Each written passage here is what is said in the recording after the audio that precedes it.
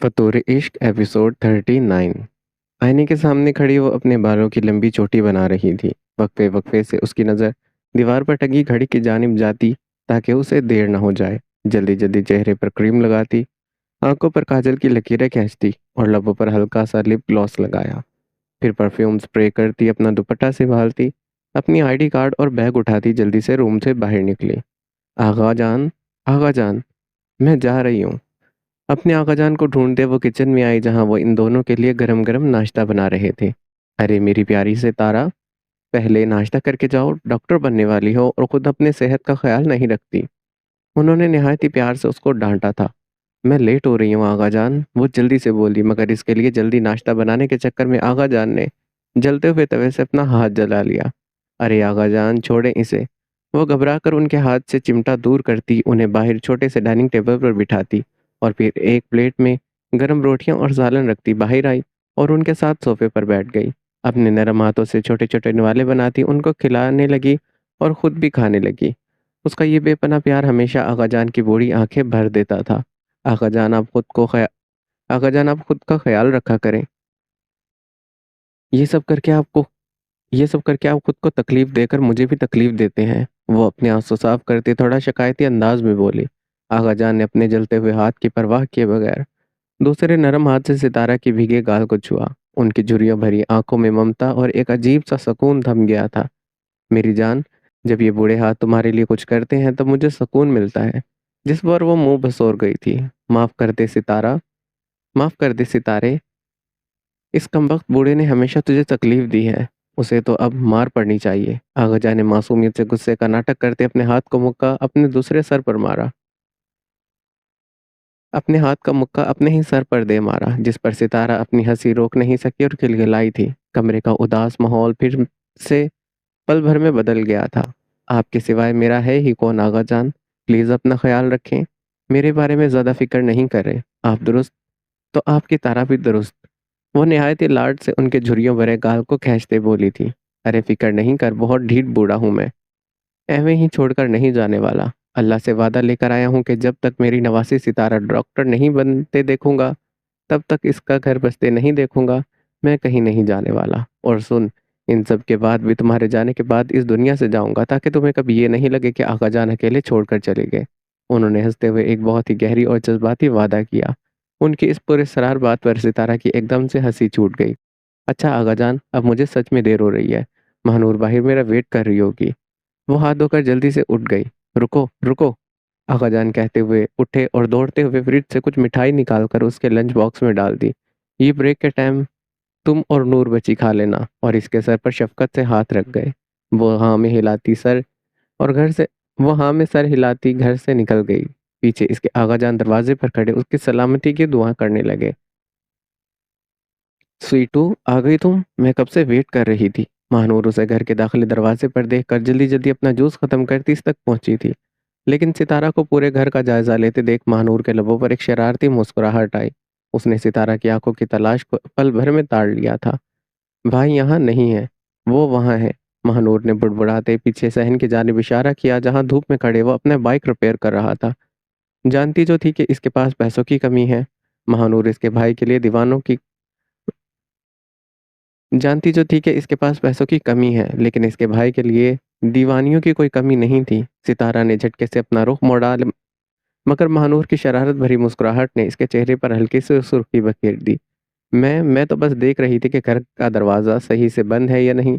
सितारा ने सफाई देते निगाहें चुराई, लेकिन इसके कदम खुद ब खुद उस तरफ उठने लगे जहां अरसम अपनी बाइक के साथ उलझा हुआ था। पिछले सहन में धूप की सुनहरी किरणों के नीचे अरसम खड़ा था। उसने ब्लैक वेस्ट पहनी थी और जो इसके कसरती और चौड़े कंधों को और इसके सॉलिड मस्कुलर बाइसेप्स को पूरी तरह से नुमाया कर रही थी। उसके चेहरे और बाजुओं और इसके ब्लैक वेस्ट पर हल्की सी मिट्टी और बाइक के इंजन का ग्रीस लगा था, जो इसके रिग्ड और बेपनाह मर्दाना वजाहत को और ज्यादा दिलकश बना रहा था। इसके बाल थोड़े बिखरे थे और धूप की तपिश से इसके माथे और गर्दन पर पसीने के छोटे छोटे कतरे चमक रहे थे। एक हाथ में रेंच पकड़े वो निहायत ही मगन अंदाज में अपनी बाइक के इंजन को ठीक करने में मसरूफ था। सितारा ने अपनी सांसें रोकी। महानूर ने शरारत से उसके कान में फुसफुसाया, देख रही हो स्वीटू, लकी है तू इसे बाइक ठीक करते वक्त देख रही है, वरना बेचारी मोहल्ले की लड़कियां तो रोजाना इसी बहाने से यहाँ से गुजरती हैं कि शायद बाइक खराब हो जाए। चुप कर नूर। सितारा ने इसे हल्का सा धक्का दिया, मगर इसकी आंखें अरसम से नहीं हट रही थी। अरसम ने अचानक बाइक को थोड़ा सा झटका दिया और जोर लगाया, जिससे इसके बाइसेप्स की नसें और उभरी, मसल मजीद साफ नजर आने लगे। अचानक उसने रेंच एक तरफ रखी और फिर अपने हाथ से माथे का पसीना साफ करते हुए मुड़ा। जब वो उसे उन दोनों को वहां खड़े देख, उसके लबों पर धीमी मुस्कुराहट आई। वो महानूर के साथ साथ सितारा को भी हमेशा से अपनी छोटी बहन की तरह समझता था। तुम दोनों अभी तक यहीं हो? अरसम ने निहायत ही नरम आवाज में पूछा, जबकि इसने एक सफेद कपड़े से अपने हाथ पर लगी ग्रीस को साफ किया था। यूनिवर्सिटी के लिए देर नहीं हो रही? गाड़ी देखी है तुमने? सितारा ने थोड़ी संभलते हुए आगे बढ़कर कहा। जी जी, बस हम निकल रहे हैं अरसम भाई। आराम से जाना, अरसम ने संजीदगी से कहा और उन दोनों के सर पर हाथ रखने के लिए अपना हाथ आगे बढ़ाया, मगर हाथ पर ग्रीस देखकर धीमे से हंस दिया और अपना हाथ पीछे कर लिया। रास्ते में भीड़ होगी, महानूर ख्याल रखना और अपना भी महानूर का ख्याल रखना और अपना भी। आगा जान से शिकायत मिली कि तुम दोनों ज्यादा तंग कर रही हो। भाई मैं नहीं तंग करती, बल्कि वो मुझे तंग करते हैं, सितारा ने फौरन से मासूमियत से शिकायत लगाई। अरसम ने मुस्कुराकर इसको देखा। मुझे पता है कि कौन किसको तंग करता है। चलो अब जल्दी से निकलो, वरना लेट हो जाओगे तुम दोनों। सितारा ने जाने के लिए कदम बढ़ाया, फिर अचानक से इसे कुछ याद आया। उसने अपने बैग में हाथ डाला, आगाजान का दिया मिठाई का बॉक्स निकाला और अरसम की जानिब बढ़ा दिया। अरसम भाई, ये आगाजान ने मिठाई दी थी आपके लिए। आप काम कर रहे हैं ना, थोड़ा थक गए होंगे तो आप खा लें। अरसम ने मिठाई का डब्बा देखा, इसके चेहरे पर एक ममनून ममनून से मुस्कुराहट आई। उसने डब्बा थामा और बोला, शुक्रिया सितारा, आगाजान को मेरा सलाम कहना। सितारा ने धीमी आवाज में जी कहा और मानूर का हाथ पकड़ा। वो दोनों बैग संभालती बाहर की जानिब बढ़ गई थी, मगर जाते जाते न जाने क्यों इसने एक बार फिर से मुड़कर अरसम को देखा, लेकिन वह निहायत ही सुकून से अपने काम में मगन था। सितारा ने बुरा सा मुंह बनाया। घर से बाहर निकलते महानूर ने फौरन शरारत से अपनी आवाज बुलंद की, अच्छा स्वीटू बच्ची, तो तुमने वो मिठाई जो आगा जान ने मेरे और तुम्हारे लिए दी थी वो भाई को दे दी? रुक जाओ, मैं अभी जाकर आगा से तुम्हारी शिकायत लगाती हूँ कि सितारा ने मेरी मिठाई भाई को दे दी है। सितारा ने फौरन चिढ़कर महानूर को घूरा और अपना बैग खोलकर एक और छोटा डब्बा दिखाया।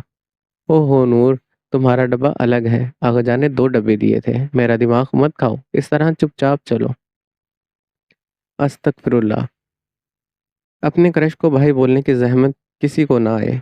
महानूर ने फिर से शरारत की, जिस पर वो मजीद मुंह फुलाती आगे बढ़ गई, जबकि महानूर पूरे रास्ते में उसे तंग करने से बाज नहीं आई थी।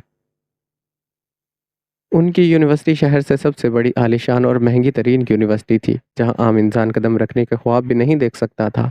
बड़े glass buildings, luxury corner luxury cars, branded कपड़े और अमीर घरानों के स्टूडेंट हर तरफ नजर आते थे। कैंपस इतना बड़ा था कि हर फील्ड के लिए अलग डिपार्टमेंट और पूरे कम्प्लेक्स बने थे। Medical sciences, political sciences, engineering, business और बहुत कुछ। यहाँ के ज़्यादातर स्टूडेंट बिजनेसमैन, मिनिस्टर्स, इंडस्ट्रीज और पॉलिटिकल फैमिली और बहुत बड़े लोगों के बच्चे थे। यहाँ एडमिशन लेना मुश्किल था और स्कॉलरशिप मिलना इससे भी ज़्यादा।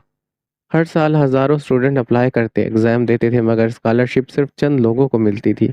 सितारा खान और महानूर राना उन खुशकिस्मत नसीब सितारा खान और महानूर राना उन खुश नसीब और मेहनती स्टूडेंट में शामिल थे जो सिर्फ अपने मेरिट की वजह से इस अमीर और एलिट दुनिया का हिस्सा थी। दोनों यूनिवर्सिटी के सेंट्रल लॉन से गुजरती मेडिकल डिपार्टमेंट की जानिब जा रही थी।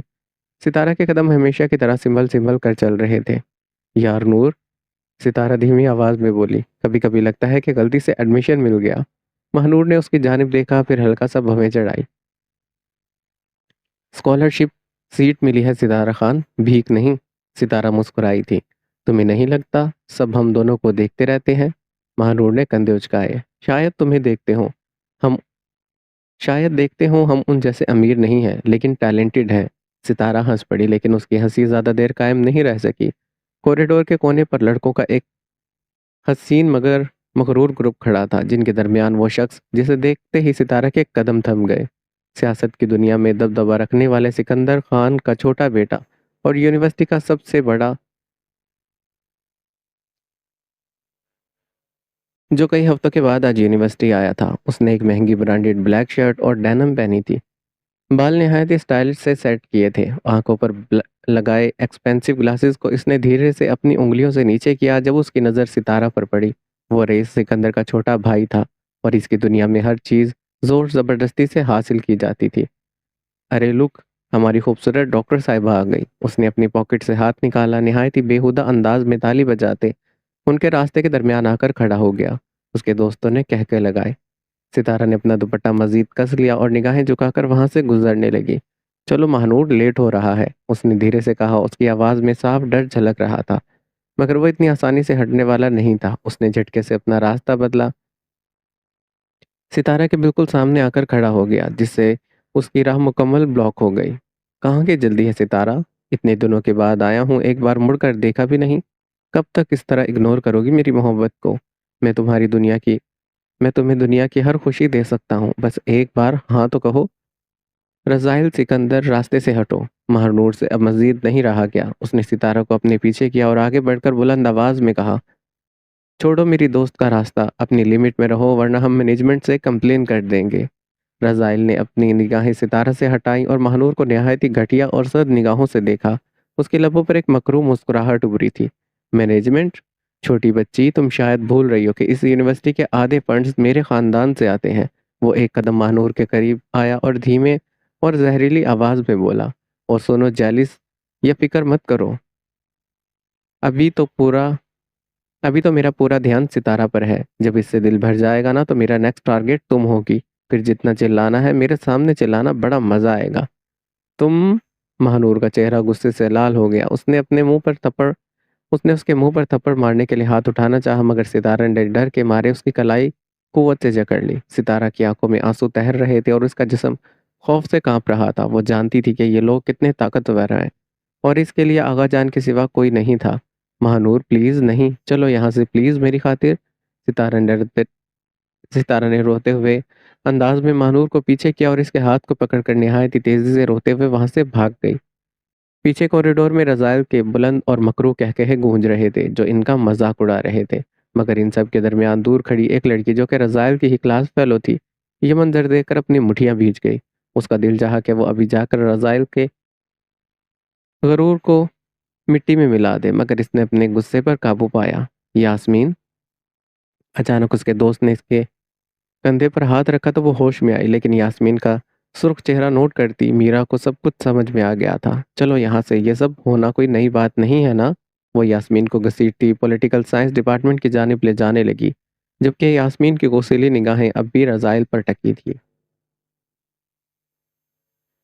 ये हम यहाँ क्यों आए हैं? अरसम का दोस्त बाइक से उतरता अपने सामने बेकरी को देखकर बोला। अरसम बाइक को साइड पर पार्क करता इस तक आया था। आज मुझे कुछ पैसे मिले हैं, सोचा है कि महानूर के लिए कुछ लूं। फिर याद आया इसे यहाँ के चॉकलेट कप केक्स बहुत पसंद है।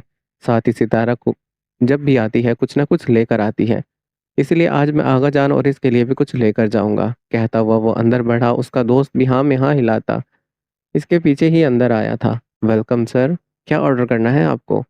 काउंटर पर खड़े लड़के ने प्रोफेशनल अंदाज में कहा। वो चॉकलेट फ्लेवर का कप केक होता है जिसमें बहुत सारे ड्राई फ्रूट्स भी डाले जाते हैं। हर्षम कुछ याद करते बोला, दी क्रिस्मिन ट्रिफल कैस्केड। हाँ हाँ वही, 2 बॉक्सेस पैक कर दो। शॉप बॉय ने सिस्टम चेक किया और मुस्कुराया। सर बस लास्ट 2 बॉक्सेस बचे हैं, फ्रेश पैकिंग करनी होगी। 10 मिनट्स। अरसम ने सर हिला दिया। वो दोनों बेकरी के एक कोने में रखी चेयर्स पर बैठ गए।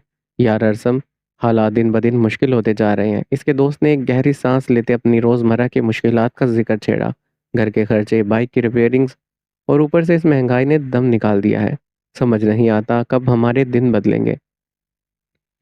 अरसम ने निहायत ही सुकून और संजीदगी से उसकी बात सुनी। उसके चेहरे पर एक सर्द मगर हिम्मत भरी मुस्कुराहट आई। मुश्किलात आती जाती रहती हैं यार, मेहनत हमारे हाथ में है, बाकी सब अल्लाह पर छोड़ दो। सर्द रातों के बाद सुनहरी सुबहें आती हैं।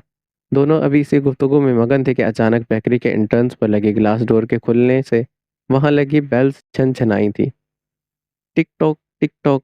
हाई हील्स की आवाज़ पूरे हाल में गूंजी थी। एक बेहद मॉडर्न, हसीन और स्टाइलिश हुलिये वाली लड़की अंदर दाखिल हुई। इसके कमर तक आते बाल पोनी में कैद थे, आंखों पर ब्रांडेड सन ग्लासेस थे। वो इतनी खूबसूरत थी कि अरसम का दोस्त तो इसे देखते ही मिसमराइज हो गया, जैसे ही उसकी सांसें रुक गई हों। इसने झटके से अरसम को कोहनी मारी और फुसफुसाया, अरसम, अरसम यार इधर देख, क्या चीज़ है? खुदा की कसम ऐसी हसीन लड़की मैंने पूरे शहर में नहीं देखी। मगर अरसम ने इसकी बात पर कोई ध्यान नहीं दिया। उसने निहायत ही बेरुखी से अपनी निगाहें नीचे ही रखी। मुझे कोई दिलचस्पी नहीं है, अपना काम कर, उसने सर्द आवाज में जवाब दिया। लड़की सीधा काउंटर तक गई। Excuse me. शॉप बॉय भी इसे देखकर एक पल के लिए महबूत हो गया। मुझे the Christmas triple cascade cup cake चाहिए। शॉप बॉय ने कंप्यूटर चेक किया और अफसोस से बोला, sorry ma'am, last boxes already sold हैं। लड़की की भुएं हल्की सी सिकड़ी थी। व्हाट? मुझे वो लिमिटेड एडिशन कप केक अभी के अभी चाहिए। आई डोंट केयर, मुझे वही चाहिए। अचानक उस लड़की की बुलंद और रौबदार आवाज़ बेकरी में गूंजी। वह काउंटर पर खड़े शॉपकीपर पर चिल्लाई थी। उसकी आवाज़ के कान में पड़ते ही अरसम की नागवार निगाहें खुद ब खुद उस लड़की की जानिब उठी और फिर अचानक दुनिया जैसे रुक गई। उसका दिल पल भर में तेजी से धड़कने लगा। पूरे 17 साल के बाद वो इसको देख रहा था, और सिर्फ वही नहीं, इसके बराबर में एक पुरवकार शख्सियत वाला आदमी भी खड़ा था। सॉरी मैम, मगर वो limited edition cake sold out हो चुके हैं। जो आखिरी 2 बॉक्सेस थे वो इन साहब ने पहले ही बुक कर लिए थे।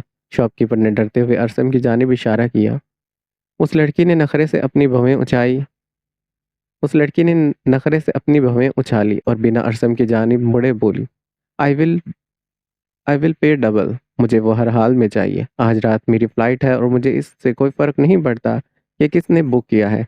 Just give it to me. Shazim Durrani ने अपनी प्रिंसेस के इस जिद्दी और मगरूर अंदाज को देखा और एक गहरी सांस ली। अनुरल प्रिंसेस, और भी फ्लेवर्स हैं, ट्राई देम। नो डैड, मुझे जो पसंद है मुझे वही चाहिए। फिर इन्होंने थक कर काउंटर के इशारे पर पलटकर अरसम की जानिब देखा ताकि इससे बात कर सके, लेकिन जैसे ही दोनों की आंखें एक दूसरे से टकराई, शाजिम दुरानी की आंखें हैरत से फट गई। अरसम का खूबसूरत चेहरा और इसकी सुरमई गहरी आंखों को देखकर शाजिम के दिल में एक अचानक तूफान उठा था। उन्हें ऐसा महसूस हुआ जैसे ये कोई आम लड़का नहीं है, ये उनका अपना है, कोई बहुत ही खास और दिल के बेहद करीब। उनका दिल पुकारा कि ये इनका वही है, उनका अजीज, उनका जिगर। मगर अरसम ने इनके इस कदर जज्बाती नज़रों का साफ इग्नोर कर दिया था। उसके अंदर गुज़श्ता बरसों का गुस्सा और दुख एक साथ जाग उठा था। वो निहायत ही गुस्से और नफरत से चेयर से उठ खड़ा हुआ। इससे पहले कि शाजिम दौरानी उसके करीब आते या बात करते, खड़े होते अरसम ने एक बार फिर से अनुरल को सर ता पाँव देखा। उसके दिल में नफरत की एक सर्द लहर दौड़ गई। वही गरूर, वही जिद और वही घटिया एटीट्यूड बिल्कुल अपनी माँ पर गई है, उसने दिल में सोचा। मगर अनुरल ने उसकी जानिब मुड़कर भी नहीं देखा। वो तो बस काउंटर पर अपना रोब जमा रही थी। अरसम ने निहायत ही रूड, सर्द और बुलंद आवाज में शॉपकीपर से कहा, मुझे वो केक्स नहीं चाहिए, इस लड़की को ही दे दो सारे केक्स। ये कहकर अरसम ने झटके से अपना रुख बदला और बेकरी के गिलास डोर को निहायत ही जोर से बंद करते गुस्से में बाहर निकल गया। अनुरल ने अचानक डोर के शोर पर सिर्फ इसकी पुश्त देखी। वो उस शख्स का चेहरा नहीं देख पाई थी, मगर उसे इस बात की कोई परवाह नहीं थी। उसे जो चाहिए था वो मिल गया था। लेकिन शाजिम दौरानी का दिल बेचैन हो चुका था। उन्होंने बिना पल एक ज़ाया किए बेकरी से बाहर कदम बढ़ाए। वो तेज़ी से बाहर आए और उन्होंने देखा कि अरसम गुस्से में अपनी बाइक स्टार्ट करके जा रहा था। शाजिम ने फौरन इसकी बाइक का नंबर अपने जहन में नोट कर लिया। उनका दिल कह रहा था इस लड़के का उनके ख़ानदान से कोई बहुत बड़ा और गहरा रिश्ता है। शाम के ढलते साए मालम जब्बा के ऊंचे आसमानों को छूती चोटियों और अपनी सुनहरी और नरम चादर बिछा रहे थे। सवात वैली का यह हसीन पहाड़ी सिलसिला दुनिया के शोरगुल से दूर लंबे पहाड़ी दरख्तों, बर्फीली ठंडक लिए हवाओं के झोंके और सफ़ेद धुंध में लिपटा ये एक हसीन ख्वाब लग रहा था। फिजा में पहाड़ों से टकराती हवाओं का एक मीठा और पुरस्रार गीत घुला हुआ था। जहाँ इनका स्टे अरेंज था वो रिजॉर्ट मालम जब्बा के एक ऊंची पहाड़ी ढलवान पर बना था। बाहर से डार्क टेम्पर आर्किटेक्चर और छोटे छोटे वुडन कॉटेजेस इस जगह को निहायत ही हसीन और पुरसुकून बना रहे थे। हर तरफ छोटे वार्म लैंटर्स जगमगा रहे थे और दूर से नीचे गिरते हुए वाटरफॉल की मदम आवाज़ हवा के साथ घुलकर अजीब सा सुकून पैदा कर रही थी। रिजॉर्ट के दरमियान एक खूबसूरत नेचुरल लेक था, जिसमें ढलती शाम का आसमान यूं घुला हुआ था जैसे किसी ने पानी में रंग उतार दिया हो। जैसे वो दोनों कार से नीचे उतरे और इस हसीन मंजर में खोए हुए थे, जब अचानक उनके सामने एक अजीब व गरीब, इंतहाई रंगीन हुलिये वाला एक छोटा सा गोल मटोल आदमी आ खड़ा हुआ। उसने एक पुरानी पहाड़ी टोपी पहनी थी और इसके गले में कई तरह के हसीन पत्थरों के हार थे। उसकी मूंछों का स्टाइल इतना अजीब था जैसे जानबूझकर सीधा नहीं रखा हो। अस्सलाम वालेकुम और मुबारक हो, मुबारक हो, मुबारक हो। बहारे और आरेश दोनों चौंक गए। मैं हूँ आपका पर्सनल गाइड गुल्लू, इंटरनेशनल उर्फ रोमांटिक टूरिज्म स्पेशलिस्ट उर्फ कपल हैप्पीनेस डिपार्टमेंट। आरेश ने अपनी हेज़ल ब्लू आंखें सुकेड़ी और इस अजीबोगरीब आदमी को देखा। तुम्हारा असल नाम क्या है? वो फौरन सीधा होकर बोला। सर, असल नाम गुलाम रसूल है, लेकिन कस्टमर्स कहते हैं कि मेरी शक्ल देखकर गुल्लू ही सूट करता है। उसके इस मज़ाहिया और भोले अंदाज पर बहारें अपनी सारी घबराहट भूलकर अपनी हंसी नहीं रोक सकी और धीमे से मुस्कुरा दी। आरेश ने अभी कुछ कहना चाहा कि गुल्लू ने अचानक अपने दोनों हाथ अपने मुंह पर रख लिए। उसकी गोल-मटोल आंखें फट सी गई और वो आरेश को ऐसे देखने लगा जैसे इसने कोई खजाना देख लिया हो। अरे, अरे, अरे! मेरी आंखें धोखा तो नहीं खा रही? गुल्लू ने आगे बढ़कर आरेश के चेहरे को गौर से देखा। आप तो वही हैं ना जो टीवी पर और बड़े-बड़े पर्दों पर आते हैं।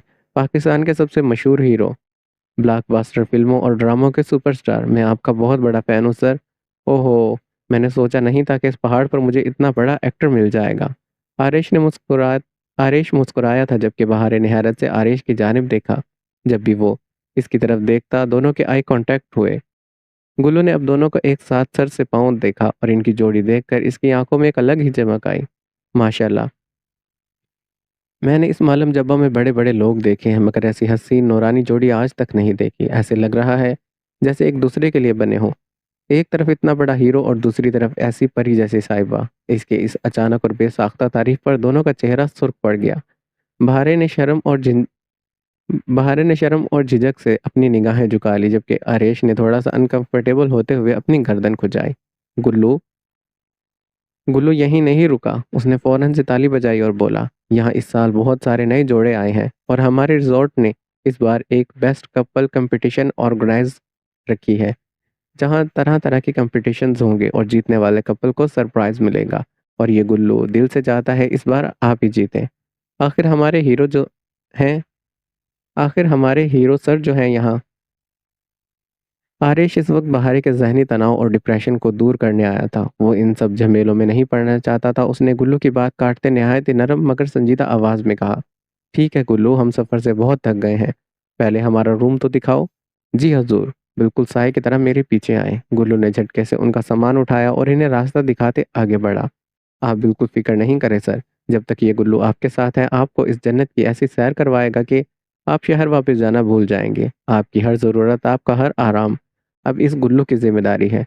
गुल्लू उन्हें लग्ज़री स्वीट के भारी लकड़ी के दरवाजे तक छोड़ आया और दोबारा इस कपल कंपटीशन में हिस्सा लेने की तायद करता निहायत ही मज़ाहिया अंदाज में झुककर वहाँ से चला गया।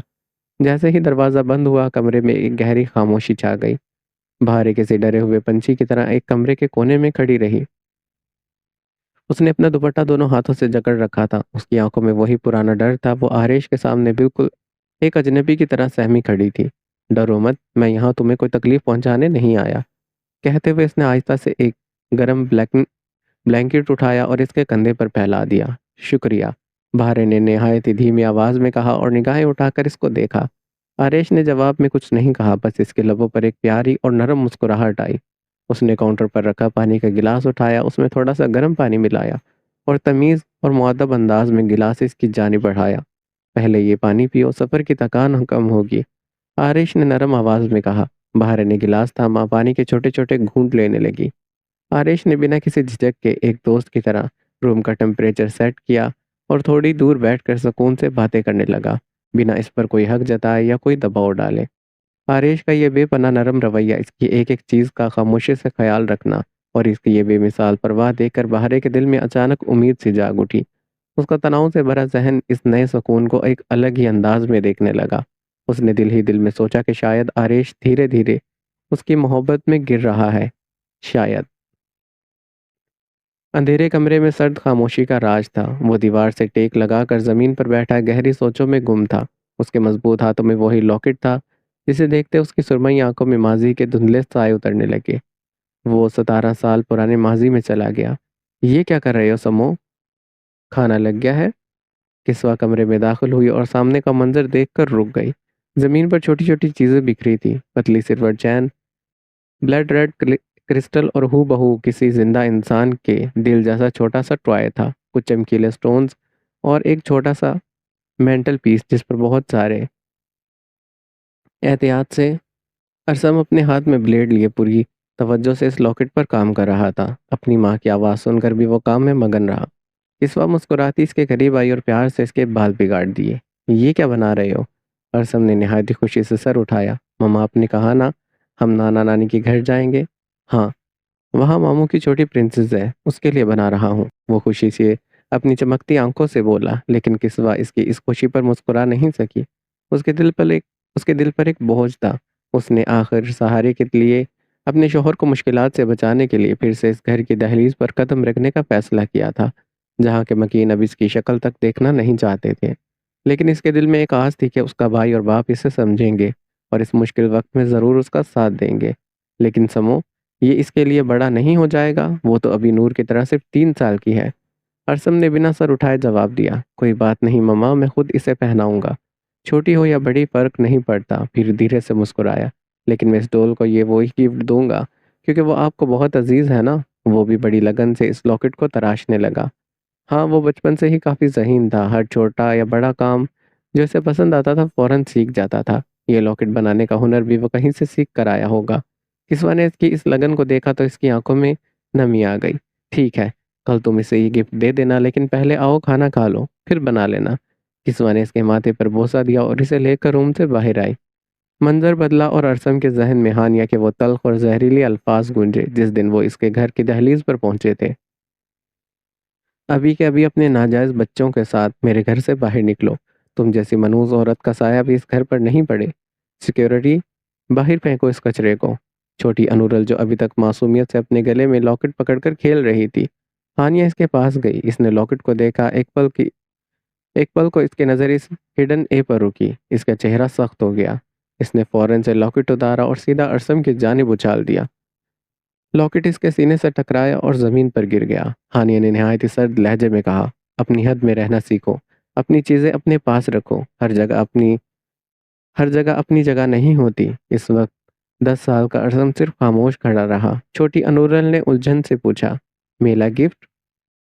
अरसम ने इसकी जानिब देखा। बहुत देर देखता रहा, फिर झुककर लॉकेट उठाया और सिर्फ इतना कहा, नहीं, और मुड़कर चला गया। अरसम ने झट से अपनी आंखें खोली। इसके जिस्म में कपकपी दौड़ गई। अब इसकी इन सुरमई आंखों से गुस्सा और दर्द के मारे खून झलक रहा था। चेहरा सुर्ख हो चुका था। महानूर जो इस वक्त काफी देर से पूरे घर में ढूंढ रही थी, अंधेरे कमरे का दरवाजा खुलकर अंदर आई। वो हर्षम को इस तरह अंधेरे में इस लॉकेट को हाथ में पकड़े देखकर चौंक गई और तेजी से इस तक आई। भाई, आप ठीक हैं? और आप यहाँ अंधेरे में क्या कर रहे हैं? कमरे में कुछ देर सिर्फ एक सर्द खामोशी गूंजती रही। फिर हरसम की बिल्कुल सपाट और जमी हुई आवाज गूंजी, आज मैंने इसे देखा है। महानूर ने हैरत से इसको देखा। कौन? एलिसा को? जिस दिन से महानूर ने अरुण को देखा था, वो इसे एलिसा ही बुलाती थी। और साथ ही इस आदमी को भी देखा। अरसम ने सर्द लहजे में कहा, शाजी मामू? महानूर के लबों से बेसाख्ता निकला, नहीं है वो हमारे मामू। अरसम अचानक इस पर इस कदर चिल्लाया कि महानूर डर कर सहम गए। उसकी सांसें रुक गई। अरसम ने जैसे ही महानूर के चेहरे पर खौफ देखा, इसने फौरन अपने गुस्से को काबू किया और आगे बढ़कर इसे निहायत ही मोहब्बत से अपने सीने से लगाया। ये लोग हमारे कुछ नहीं है नूर। नफरत है मुझे इन लोगों से। आज भी उन लोगों में वही अकड़, वही गरूर और दूसरों को नीचा दिखा देने वाली घटिया शख्सियत है। अल्लाह करे कि जिंदगी में फिर कभी भी उनसे हमारा सामना ना पड़े। उसके अंदर का 17 साल पुराना उबलता गुस्सा आखिरकार फट पड़ा। उसने अपने हाथ में पकड़े इस लॉकेट को पूरी कुव्वत से सामने दीवार पर दे मारा। लॉकेट दीवार से टकरा कर जमीन पर गिरा, लेकिन वो टूटा नहीं। अरसम बस इसे देखता ही रहा। जैसे लाख नफरत के बावजूद कुछ चीज़ें और रिश्ते टूटते नहीं।